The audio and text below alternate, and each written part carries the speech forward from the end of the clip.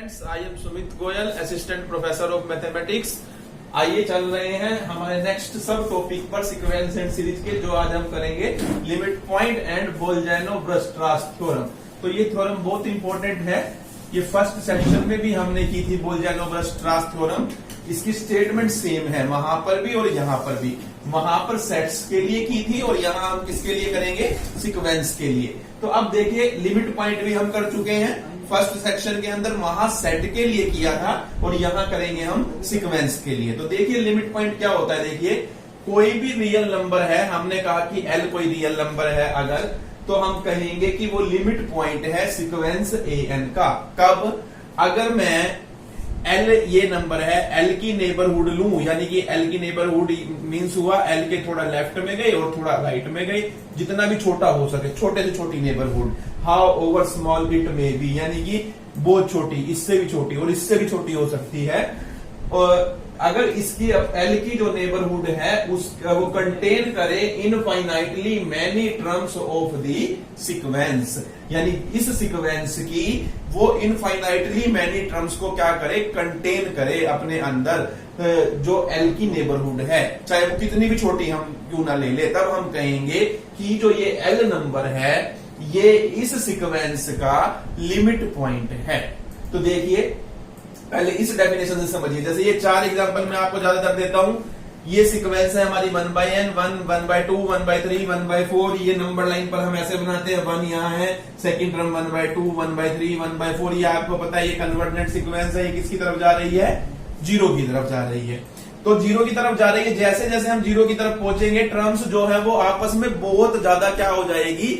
Close हो जाएंगी, बहुत ज्यादा क्लोज हो जाएंगी। यानी जीरो के पास जब हम पहुंचने लगेंगे, सारी टर्म जीरो के पास ही जाकर चिपकने लगेंगी। ये आपको यहां से दिख रहा है, ये आप देखोगे। ये बहुत बार मैं आपको एग्जांपल समझा चुका हूं। तो आप देखेंगे जैसे जैसे हम जीरो की तरफ जाते हैं, सारी टर्म्स जो है वो बिल्कुल जीरो के साथ चिपकने को हो जाती है। तो यानी कि मैं अगर जीरो की नेबरहुड लूंगा, कितनी भी छोटी क्यों ना लूं, इसके अंदर इस जो ये नेबरहुड लूंगा मैं जीरो की, इसके अंदर इस सीक्वेंस के infinite number of terms include हो जाएंगी।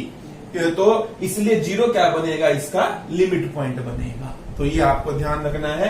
दूसरी बात, अब यहां से एक रिजल्ट याद रखना है आपने कि कोई भी सीक्वेंस अगर कन्वर्जेंट सीक्वेंस हो, कोई भी सीक्वेंस अगर कन्वर्जेंट सीक्वेंस हो, तो जिस पॉइंट पर वो कन्वर्ज करती है, जिस पॉइंट पर वो कन्वर्ज करेगी, उसे क्या बोलते हैं? लिमिट भी बोलते हैं, लिमिट ऑफ द सीक्वेंस। तो जिस पॉइंट पर वो कन्वर्ज करेगी, वो पॉइंट ही उस सीक्वेंस का लिमिट पॉइंट भी कहलाएगा। यानी कि कन्वर्जेंट सीक्वेंस जिस पॉइंट पर कन्वर्ज करती है उसी को लिमिट बोलते हैं और उसी को ही लिमिट पॉइंट भी बोलते हैं। यानी कन्वर्जेंट सीक्वेंस के पास हमेशा एक ही लिमिट पॉइंट होता है, जो क्या होती है? उसकी लिमिट होती है। लिमिट और लिमिट पॉइंट सेम हो जाते हैं किस केस में? कन्वर्जेंट सीक्वेंस के केस में। तो यहां ये आपने ध्यान रखना है, कन्वर्जेंट सीक्वेंस के केस में जो लिमिट है वही हमारा क्या है? लिमिट पॉइंट है। और हमारा एक ही लिमिट पॉइंट होगा जब हमारी सीक्वेंस क्या होगी? कन्वर्जेंट होगी, कोई भी कन्वर्जेंट सीक्वेंस क्यों ना हो। अब देखिए, ये है हमारी डाइवर्जेंट सीक्वेंस। ये किसकी तरफ जा रही है? इन्फिनिटी की तरफ। ये इन्फिनिटी की तरफ टेंड करेगी। अब देखिए, इसमें पहली टर्म 1 है, दूसरी टर्म क्या है? 4 है, उसके बाद 6 हमारा कितना है? 9 है, फिर 16 है, फिर हमारा 25 है। यानी देखिए टर्म्स बहुत दूर दूर पर है। यानी कि जो टर्म्स है पहले पास थी, फिर और ज्यादा दूर हो गई, फिर और ज्यादा दूर हो गई, फिर और ज्यादा दूर हो जाएगी। यानी कि जो टर्म्स का डिस्टेंस है आपस में वो बढ़ता जा रहा है।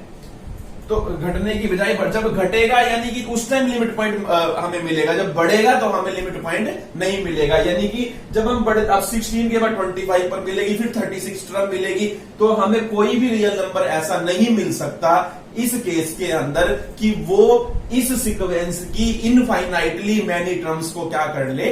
कंटेन कर ले। तो इट मीन्स इसके पास कोई भी लिमिट पॉइंट नहीं है। और दूसरा, ये सीक्वेंस कौन सी है? Divergent sequence. अब आपको यहां से रिजल्ट याद रखना है। कोई भी डाइवर्जेंट सीक्वेंस हो, डाइवर्जेंट सीक्वेंस कहां जाती है? या तो इन्फिनिटी पर या माइनस इन्फिनिटी पर। ये इन्फिनिटी पर जा रही है। अगर मैं माइनस लगा दूं सबके आगे तो ये माइनस इन्फिनिटी पर जाएगी। तो इन्फिनिटी पर जाए या माइनस इन्फिनिटी पर जाए, यानी जो सीक्वेंस इन्फिनिटी पर या माइनस इन्फिनिटी पर जा रही हो, इन अदर वर्ड्स वो डाइवर्जेंट हो, तो उसके पास कोई भी लिमिट पॉइंट नहीं होता। तो हमारे पास जो डाइवर्जेंट सीक्वेंस होगी उसका कोई भी लिमिट पॉइंट नहीं होगा। तो जो कन्वर्जेंट सीक्वेंस होती है उसमें लिमिट पॉइंट होता है, और वो कौन होता है? लिमिट ही होती है। यानी जिस पॉइंट पर वो कन्वर्ज कर रही है, जिसे हम उस सीक्वेंस की लिमिट भी बोलते हैं, वही हमारा उस सीक्वेंस का लिमिट पॉइंट बनता है। क्योंकि अगर हम उसकी नेबरहुड लेंगे तो वो क्या करेगी? कंटेन कर लेगी infinitely many points of this sequence को। तो अब देखिए थर्ड, देखिए ये बहुत इंपॉर्टेंट है। आप ये कौन सी सीक्वेंस है? ये आपकी सीक्वेंस है ओसिलेटिंग फाइनाइटली, क्योंकि आपको देखिए -1 पर जाती है, फिर 1 पर आ जाती है, फिर -1 पर जाती है, फिर 1 पर आ जाती है, फिर -1 पर जाती है, 1 पर, बार बार ऐसे ट्रेंड करती रहेगी, यानी कि ओसिलेट कर रही है दो नंबरों के बीच में। ये कहां जाएगी? लास्ट में अगर कहेंगे या तो -1 पर जाएगी और ये 1 पर जाएगी। अब आप देखिए, तो ये जो पॉइंट्स आए हैं, जो ऑप्शनल पॉइंट होते हैं फाइनाइटली ओसिलेटिंग सीक्वेंस के अंदर, जो ऑप्शनल पॉइंट होते हैं कि ये कहां कहां जा सकती है, वो पॉइंट ही क्या बनते हैं? इस सीक्वेंस के लिमिट पॉइंट बनते हैं। वो कैसे बनते हैं? अब आपने वो देखना है। अब यहां पर देखिए, इसके दो लिमिट पॉइंट बनेंगे, एक -1 और एक 1। तो क्यों बनेंगे? मैंने -1 की नेबरहुड ली, तो देखिए इसके अंदर इस टर्म की कितनी इस सीक्वेंस की कितनी टर्म्स आ रही है, क्योंकि हमने कहा था कि मैं जो जिस पॉइंट की नेबरहुड लूं उसके अंदर, इस नेबरहुड के अंदर मैंने -1 की नेबरहुड जैसे ली है, इसके अंदर इस सीक्वेंस के जिसका इसे लिमिट पॉइंट बनना है उसके इनफाइनाइटली मैनी टर्म्स आनी चाहिए। तो क्या इसके अंदर इनफाइनाइटली मैनी टर्म्स आ रही है? तो आप कहेंगे नहीं आ रही। आप ये, क्योंकि आपको देखने में लग रहा है कि इसके अंदर -1 आ रहा है, सिर्फ एक ही पॉइंट आ रहा है, लेकिन ऐसा नहीं है।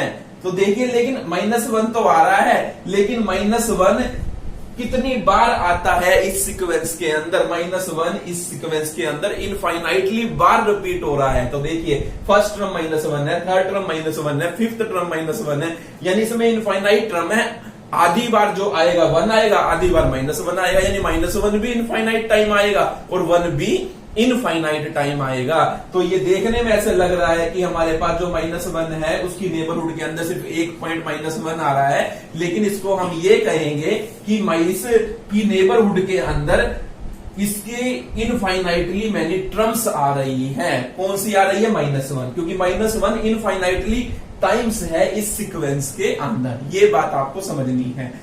इसी तरह से देखिए 1 के नेबरहुड में लूं, कोई भी नेबरहुड लूं, छोटी छोटी लूं और छोटी लूं, इतनी छोटी लूं, तो इसके अंदर देखिए कितने पॉइंट आ रहे हैं? आप कहेंगे एक ही आ रहा है। एक नहीं आ रहा, एक तो आ रहा है, लेकिन वो एक जो टर्म है वो इनफाइनाइट टाइम रिपीट होती है इसके अंदर। यानी हम ये कहेंगे कि इसकी नेबरहुड के अंदर इस सीक्वेंस की इनफाइनाइटली मैनी टर्म्स आ रही है। तो यानी 1 भी इसका लिमिट पॉइंट है, और इसके अलावा इसका कोई लिमिट पॉइंट नहीं बन सकता, क्योंकि आप कोई भी नेबरहुड, कोई भी पॉइंट लेंगे, मान लो यहां पॉइंट ले लिया आपने, एक भी पॉइंट नहीं आएगा, यहां ले लिया एक भी पॉइंट नहीं आएगा, या -1 के पास कोई ले लिया, यहां भी कोई भी पॉइंट नहीं आएगा इसकी नेबरहुड में, क्योंकि छोटी छोटी लेनी होती है हमें। तो यानी कि मैं -1 और 1 के अलावा कोई भी पॉइंट लूं, कोई भी नंबर लूं, उसकी नेबरहुड के अंदर इसकी कोई भी टर्म नहीं आएगी, क्योंकि इसके अंदर टर्म ही दो है, -1 1 जैसे, और जिसके अंदर आ गई तो वो लिमिट पॉइंट बन जाएगा, लेकिन वो आएगी ही नहीं। तो सिर्फ -1 और 1 जो है इसके दो लिमिट पॉइंट बनेंगे। तो कहने का मीन्स ये है, जो ओसिलेटिंग फाइनाइटली सीक्वेंस होती है उसके पास finite number of limit points होते हैं। तो जैसे ये आपके पास, इसके पास दो लिमिट पॉइंट है, -1 और 1। तो इसकी ये हमारे क्या है? लिमिट पॉइंट है। तो ओसिलेटिंग फाइनाइटली सीक्वेंस के पास एक से ज्यादा लिमिट पॉइंट होते हैं। कन्वर्जेंट सीक्वेंस के पास सिर्फ और सिर्फ एक लिमिट पॉइंट होता है। डाइवर्जेंट सीक्वेंस के पास कोई लिमिट पॉइंट नहीं होता।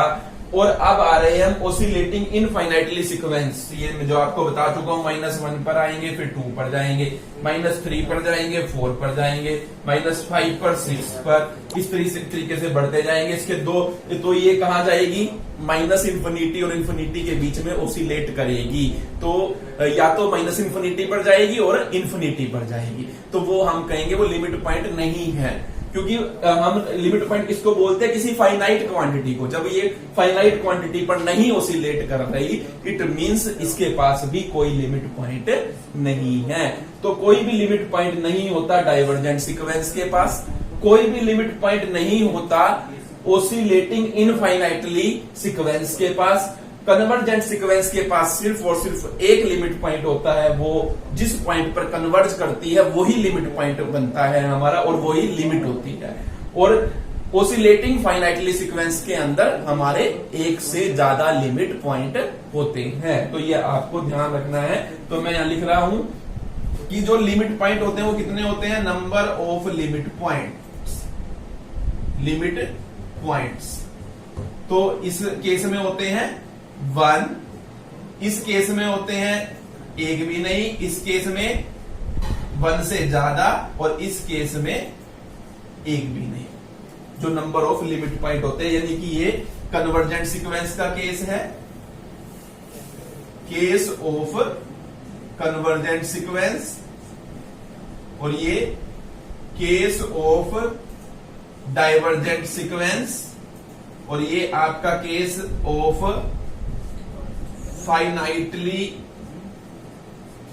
ओसिलेटिंग सीक्वेंस, और ये आपका case of infinitely oscillating sequence. तो देखिए, तो कन्वर्जेंट के केस में एक ही लिमिट पॉइंट होगा, जहां वो कन्वर्ज करेगी वही लिमिट पॉइंट है और वही लिमिट है। यानी कि यहां पर लिमिट जो होती है वो ही लिमिट पॉइंट होता है। लिमिट और लिमिट पॉइंट सेम होते हैं, यहां पर तो होते ही नहीं। यहां पर ओसिलेटिंग केस में तो लिमिट पॉइंट होता है, लेकिन वो लिमिट के, यहां पर लिमिट एग्जिस्ट नहीं करती, but limit does not exist. इस केस में लिमिट एग्जिस्ट नहीं करती हमारी, और इस वाले केस में तो है ही नहीं, यानी कि लिमिट पॉइंट हमारा। तो इस कन्वर्जेंट के केस में एक ही लिमिट पॉइंट होता है, और जिस पॉइंट पर वो सीक्वेंस कन्वर्ज कर रही है वही लिमिट है, वो भी लिमिट पॉइंट है। डाइवर्जेंट केस में कोई भी लिमिट पॉइंट नहीं है। ओसिलेटिंग फाइनाइटली सीक्वेंस में एक से ज्यादा लिमिट पॉइंट है, और ओसिलेटिंग इनफाइनाइटली सीक्वेंस के अंदर हमारा कोई भी लिमिट पॉइंट नहीं होता। तो ये आपको पता होना चाहिए। देखिए, अब इसकी सेकंड डेफिनेशन हम करते हैं।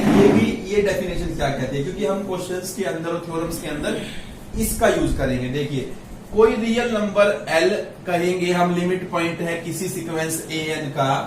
अगर मैं कोई एप्सिलॉन लूं, चूज करूं अपनी मर्जी से, और एक नेचुरल नंबर मैं अपनी मर्जी से कोई भी ले लूं, यानी कि मैं एक टर्म अपनी मर्जी से कोई भी सोच लूं, कहने का मीन्स ये है। तो एक नेचुरल नंबर आएगा K जो ग्रेटर होगा M से, यानी कि एक दूसरी टर्म आएगी जो टर्म मैंने सोची है उससे भी बड़ी होगी। यानी बड़ी होने का मतलब वो बाद में आती होगी, उसके बाद आती होगी।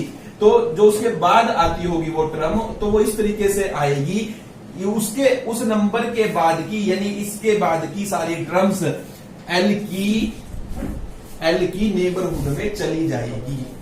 कहने का मीन्स उसका ये है। अब L की नेबरहुड में कैसे गई, अब आप देखिए, इसको मैं अगर ओपन करूं, इस बात का क्या मतलब था, इसका मतलब यही तो था कि AK minus L lies between minus epsilon and plus epsilon.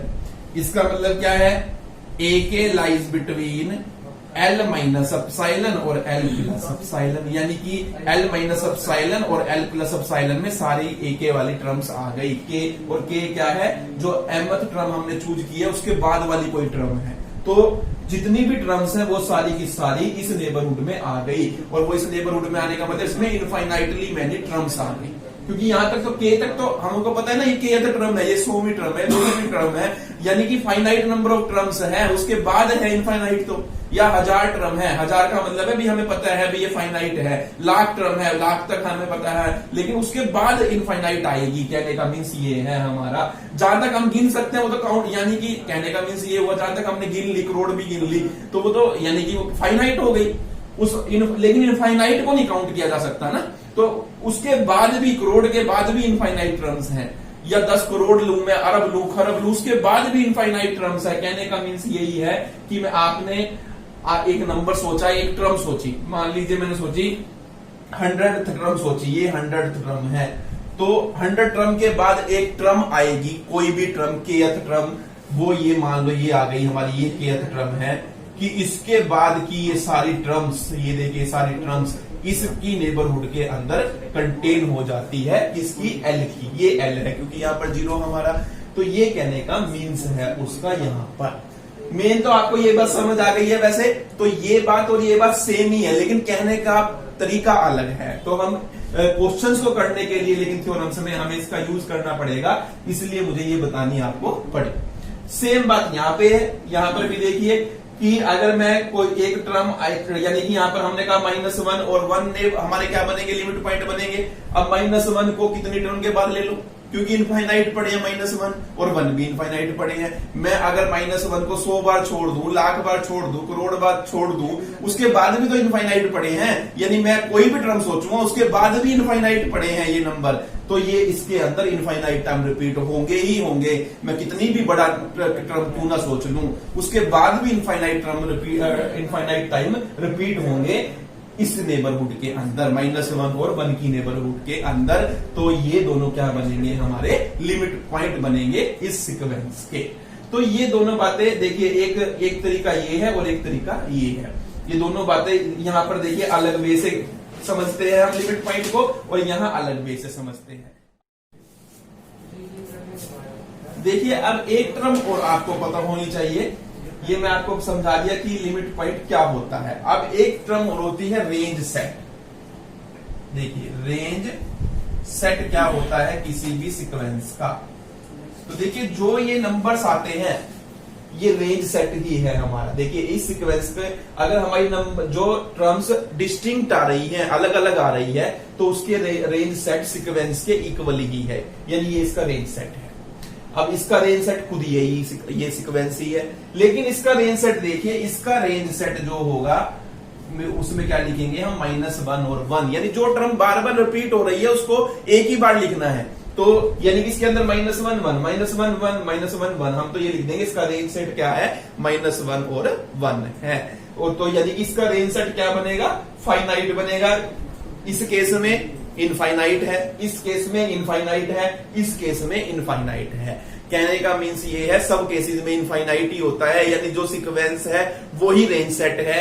सिर्फ जब ओसिलेट करती है हमारी सीक्वेंस फाइनाइटली, उस केस में रेंज सेट जो होता है हमारा वो फाइनाइट हो जाता है, क्योंकि वहां पर रिपीट कर रही होती है बार बार टर्म्स। तो रिपीट करने वाले टर्म्स को बस एक एक बार ही लिखते हैं, जैसे -1 बार बार आता रहेगा हम एक ही बार लिखेंगे, 1 1 1 बार बार आता रहेगा हम एक ही बार लिखेंगे। और जो ये रेंज सेट आएगा एक्चुअल में यही इसके क्या बनेंगे, लिमिट पॉइंट बनेंगे।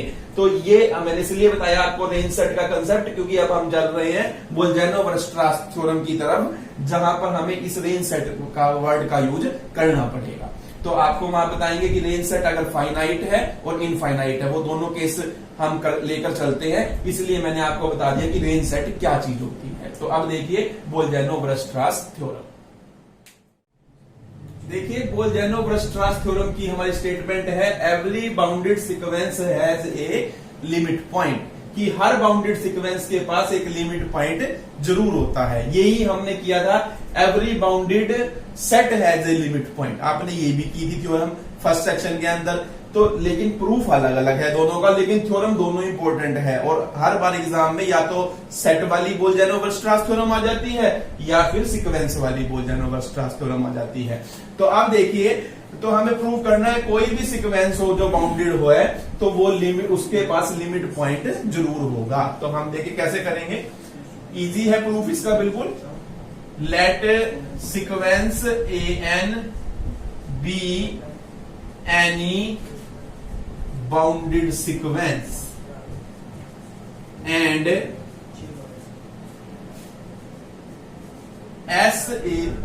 S be the range set of the sequence an। तो देखिए हमने कहा कि an हमने कोई सीक्वेंस ली जो बाउंडेड है और उसका s जो है वो रेंज सेट बनता है। रेंज सेट मैं अभी आपको समझा चुका हूं। अब रेंज सेट क्या, रेंज सेट भी अगर देखिए जैसा सीक्वेंस का बिहेवियर होगा वैसा ही रेंज सेट का होता है, यानी ये बाउंडेड है तो ये भी क्या होगी, बाउंडेड होगी। तो that employees S is a bounded set। अब यहां पर दो केस अराइज होते हैं। देखिए जैसे मैंने आपको अभी समझाया कि जो रेंज सेट बनता है जो हमने S लिया है वो या तो फाइनाइट बनेगा या इनफाइनाइट बनेगा। तो केस 1 करते हैं हम, S इज फाइनाइट सेट। देखिए अगर S फाइनाइट सेट है तो अब इसका मीन्स क्या है, it means this implies there exist at least one term in the sequence an, there exists at least one term in the sequence an which repeats itself infinitely many times। जैसे कि आपको बताया था -1 की power n का case, यानी कि ये -1 1 -1 1 एंड सो ऑन, और ये इसका रेंज सेट -1 1। आप देखिए रेंज सेट में अगर फाइनाइट नंबर ऑफ टर्म आ रही है इट मींस ये है इसमें कम से कम एक टर्म तो ऐसी जरूर है। वैसे तो जितनी भी आ रही है वो सारी ऐसी टर्म्स हैं, हम एक ही लिख देंगे, कम से कम एक टर्म तो ऐसी जरूर है जो सीक्वेंस के अंदर अपने आप को इनफाइनाइटली टाइम क्या कर रही है, रिपीट कर रही है। तो इस एग्जांपल के हिसाब से तो अब देखिए ये भी अपने आप को इनफाइनाइट टाइम रिपीट कर रहा है और ये भी अपने आप को इनफाइनाइट टाइम रिपीट कर रहा है। अब देखिए यानी कहने का मीन्स ये है दैट इज जो an की वैल्यू आएगी वो L आएगी। There exist at least one term, उसको नाम भी दे दो, क्या ये मान लीजिए से L आई है। भाई उसका नाम तो देना जरूरी है, जैसे ये तो लिख नहीं सकते -1 आई है, ये तो हम एग्जांपल लिखना है, जनरलाइज करके लिखना है। हमने कहा कि मान लो वो L आई है तो यानी कि an इक्वल टू L आएगा कितनी टाइम, इनफाइनाइटली मैनी टाइम्स। तो इट मींस क्या हुआ, तो ये इंप्लाई करेगा L minus epsilon L plus epsilon contains infinitely many terms of the sequence in the sense L repeat itself infinitely many times। तो हमने कहा कि जो L माइनस ये जो अपने आप को इनफाइनाइट टाइम रिपीट कर रहा है तो इसकी जब मैं नेबरहुड लूंगा तो उसमें इनफाइनाइटली मैनी टर्म आएगी सीक्वेंस की। किस सेंस में आएगी कि L अपने आप को ही रिपीट कर रहा है infinitely many time in the sequence. यहां पे लिखेंगे in the sense L repeat itself infinitely many time in the sequence. It means this implies L is limit point of the sequence an। तो ये हमने prove कर दिया कि अगर हमारा रेंज सेट फाइनाइट सेट होगा तो उस केस में हमारे पास एक लिमिट पॉइंट जरूर आएगा। तो अब देखिए अब हम कर रहे हैं जब S इनफाइनाइट सेट होगा, case second S is infinite set, this implies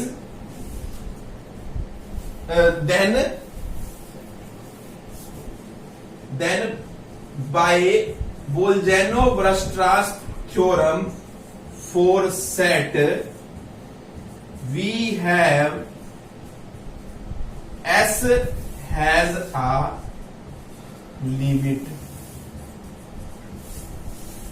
point।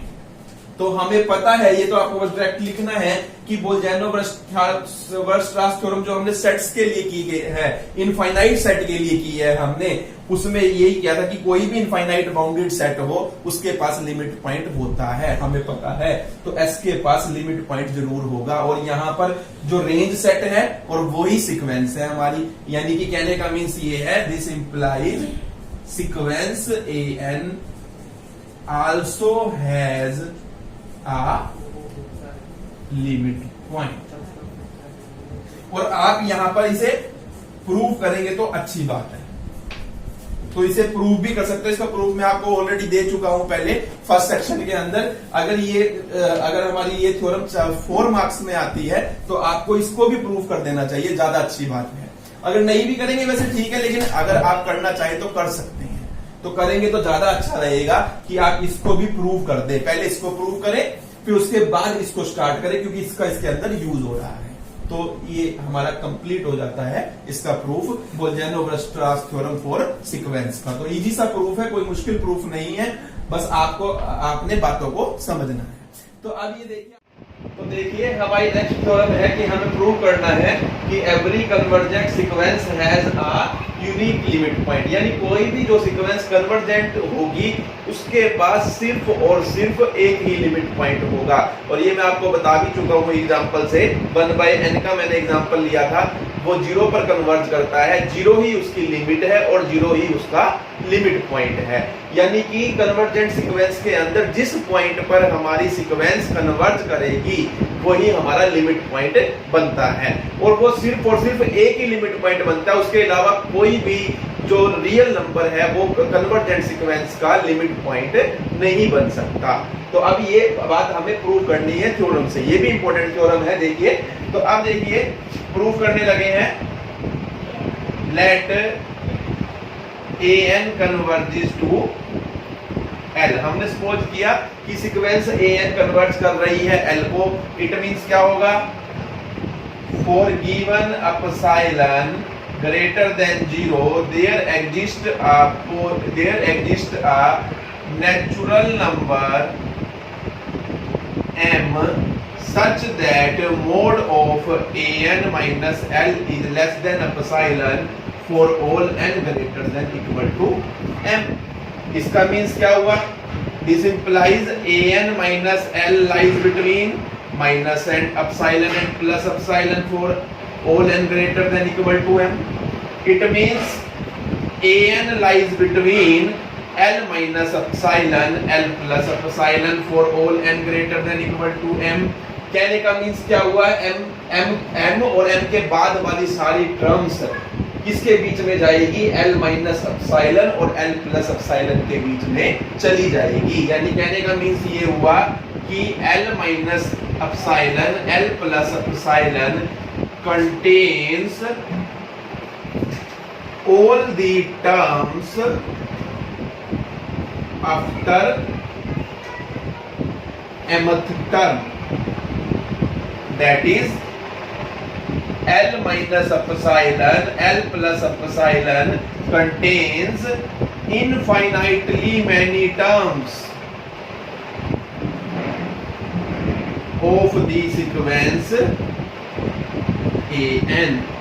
यानी कि क्योंकि m के बाद तो m टर्म तक फाइनाइट है, उसके बाद तो इनफाइनाइट टर्म्स आएंगी, तो इनफाइनाइट टर्म्स किसके अंदर जा रही है, इसकी नेम, यानी कि l minus epsilon l plus epsilon interval में जा रही है। ये क्या है, ये l की नेबरहुड है। This implies neighbourhood of l contains infinitely many terms of the sequence an। It means L is limit point of sequence A N. तो हमने ये प्रूव कर दिया सबसे पहले। तो एल जो है वो ही लिमिट पॉइंट बनता है किसका, सीक्वेंस ए एन का, यानी कि जिस पॉइंट पर हमारी जो सीक्वेंस है कन्वर्ज करती है वही लिमिट पॉइंट बनता है। अब हमें प्रूव करना है कि ये जो लिमिट पॉइंट होता है ये यूनिक होता है। कहने का मीन्स है कि एल के अलावा कोई दूसरा लिमिट पॉइंट हमारा नहीं बनेगा इस सीक्वेंस का। तो इसे बोलते हैं यूनिकनेस पार्ट थ्योरम का हम प्रूव करेंगे। तो यूनिकनेस मैं यहाँ प्रूव कर रहा हूँ, थ्योरम यही है, चल रही है हमारी। तो यूनिकनेस में देखिए हम क्या प्रूव करेंगे। यूनिकनेस में आपने सपोज किया let L and L dash, हमने हमने क्या सपोज किया कि हमारी दो लिमिट है। Let L and L dash are two limit points of sequence A N, ये दो लिमिट पॉइंट है।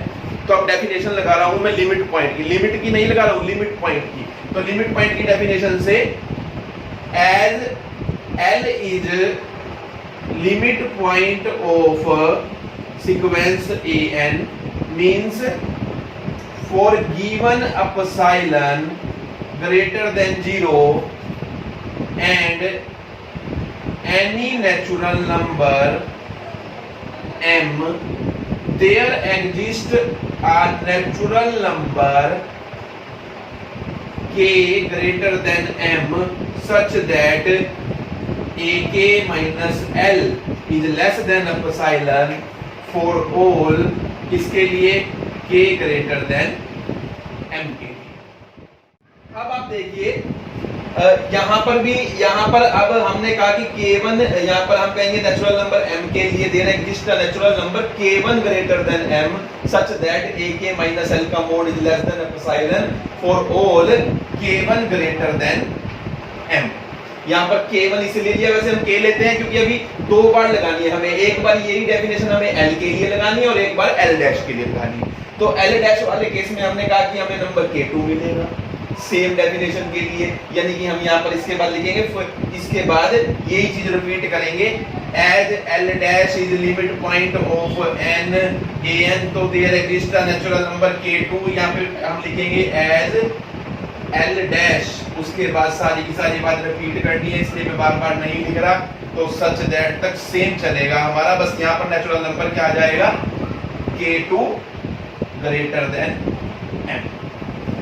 तो देखिए अब यहाँ पर एक नेचुरल नंबर k1 आया, यहाँ k2 आया हमारा, तो यानी कि ak minus l dash is less than epsilon for all k2 greater than m। अब मैं क्या करता हूँ, इन दोनों में से बड़े वाले को चूज कर लेता हूँ, ये मैंने बड़े वाला चूज कर लिया। तो हम ये बात कह सकते हैं कि ये दोनों की दोनों साइमल्टेनियसली होल्ड करेगी। तो ये साइमल्टेनियसली होल्ड करेगी किसके लिए, k ग्रेटर देन m के लिए। k कौन है, इन दोनों में बड़े वाला है, इन दोनों में कौन सा है, बड़े वाला है। अब ये ऐसा क्यों होता है, तो देखिए मैं ये भी आपको थोड़ा सा बता दूं। आपने देखिए एक नंबर चूज किया k1 पहली सीक्वेंस इस वाले नंबर के लिए l के लिए, और एक चूज किया k2। अब एक बड़ा होगा एक छोटा होगा, हमने मान लिया k1 ये है छोटा है और ये बड़ा है क्योंकि बाद में आ रहा है। तो अब देखिए ये यानी कि ये वाली टर्म बाद वाली टर्म है और ये वाली टर्म पहले वाली टर्म है, यानी ये ak1 टर्म बनती है और ये ak2 टर्म बनती है। नंबर तो छोटे बड़े हो सकते हैं क्योंकि टर्म क्या पता डिक्रीजिंग है या इंक्रीजिंग है, क्या उसमें टर्म्स बढ़ रही है या घट रही है। तो यानी कि ये बाद वाली टर्म और ये पहले वाली टर्म, नेचुरल नंबर मिलने का मतलब ये होता है टर्म मिल जाना।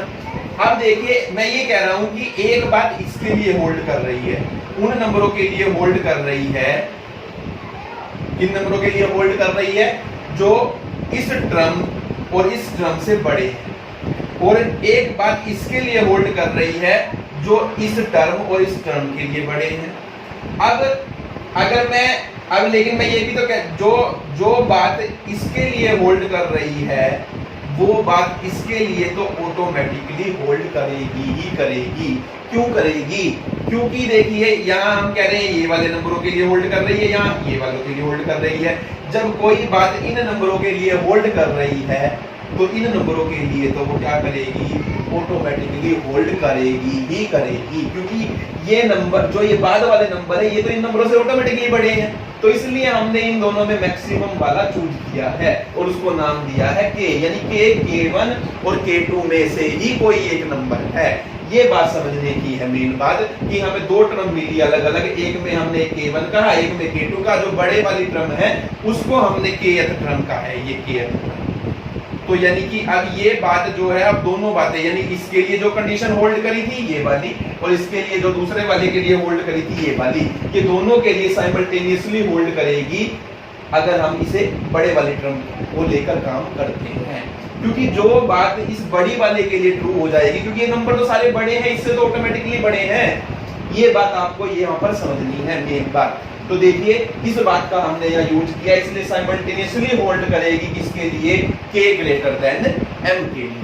अब आप देखिए यहाँ पर मैं करता हूं l माइनस एल डैश, मैं क्या करूं l माइनस एल डैश, यानी कि जहां l और l डैश के बीच का डिस्टेंस ले रहा हूं, मैं ये दिखाऊंगा ये दोनों पॉइंट के बीच का डिस्टेंस कुछ है ही नहीं, जीरो है, यानी कि ये दोनों पॉइंट एक ही है। तो l माइनस एल डैश को क्या लिख सकता हूं, l माइनस ए के प्लस ए के माइनस एल डैश। अब इसे हम कहेंगे a, इसे हम b, a प्लस b का mode is less than mode of a plus mode of b। अब ये किससे लेस है, ये एप्सिलॉन से लेस है, a के माइनस एल कहो या l माइनस ए के कहो, ये देखिए ये सॉरी, और a के माइनस एल डैश भी एप्सिलॉन से लेस है, यानी ये टोटल किससे लेस हुआ, तो वो एप्सिलॉन से for all n greater than equal to m। अब एप्सिलॉन हमें चूज करना है, मैं एप्सिलॉन चूज कर लेता हूं, let epsilon is equal to l minus L dash by 3 ले लिया मैंने। तो अब देखिए यहाँ पर क्या आ जाएगा, l माइनस एल डैश का मोड लेस देन किससे आ जाएगा, 2l minus L dash by 3 से, यानी या तो l माइनस एल डैश कह रहे हैं और यहाँ l माइनस एल डैश का 2/3 पार्ट कह रहे हैं, तो ऑब्वियसली ये पार्ट छोटा होगा और ये बड़ा होगा। तो और लेकिन हमारा क्या आ रहा है कि ये छोटा है इससे, तो यानी तो कॉन्ट्राडिक्शन आ गई, तो हम लिखेंगे इट इज अ कॉन्ट्राडिक्शन। ये कॉन्ट्राडिक्शन क्यों आई, क्योंकि हमने ये माना था कि हमारे दो लिमिट पॉइंट है, तो यानी कॉन्ट्राडिक्शन आने का मींस ये हुआ कि जो हमने माना था वो गलत है। तो it means this implies sequence an has a unique limit point, यानी कि इसके पास सिर्फ और सिर्फ एक ही लिमिट पॉइंट होगा। तो ये हमने प्रूव किया है। तो देखिए every convergent sequence has a unique limit point, एक हमने थ्योरम की थी every convergent sequence has a unique limit, दोनों का प्रूफ लगभग सेम सा ही है, थोड़ा थोड़ा दोनों मैंने थ्योरम करवाई है, उसका भी प्रूफ करवाया, इसका भी आप मैच करके देखोगे ये तो बिल्कुल सेम है, बस यहाँ पर k की जगह क्या आ रहा है, n आ रहा है, बाकी सेम है, और यहाँ थोड़ा सा चेंज होगा, वो आप अकॉर्डिंगली देख लेना कि कितना डिफरेंस है, थोड़ा सा माइनर सा डिफरेंस है, बाकी कंसेप्ट सेम यूज किया गया है यूनिकनेस पार्ट को प्रूव करने। अब यहाँ पर लिमिट पॉइंट का कंसेप्ट यूज करना था, इसलिए थोड़ी सी बातें हमें चेंज करनी पड़ी, वहां पर लिमिट के हिसाब से लिखी होगी बातें, तो ये बात आपको समझनी है। तो ये हमारी बोल्जेनो-वेरस्ट्रास थ्योरम की है आपने, लिमिट पॉइंट हमने सीखा इस लेक्चर में, और एक ये थ्योरम की है कि every convergent sequence has a unique limit point. तो ये सारी थ्योरम्स हमारी बहुत इंपॉर्टेंट थ्योरम्स हैं।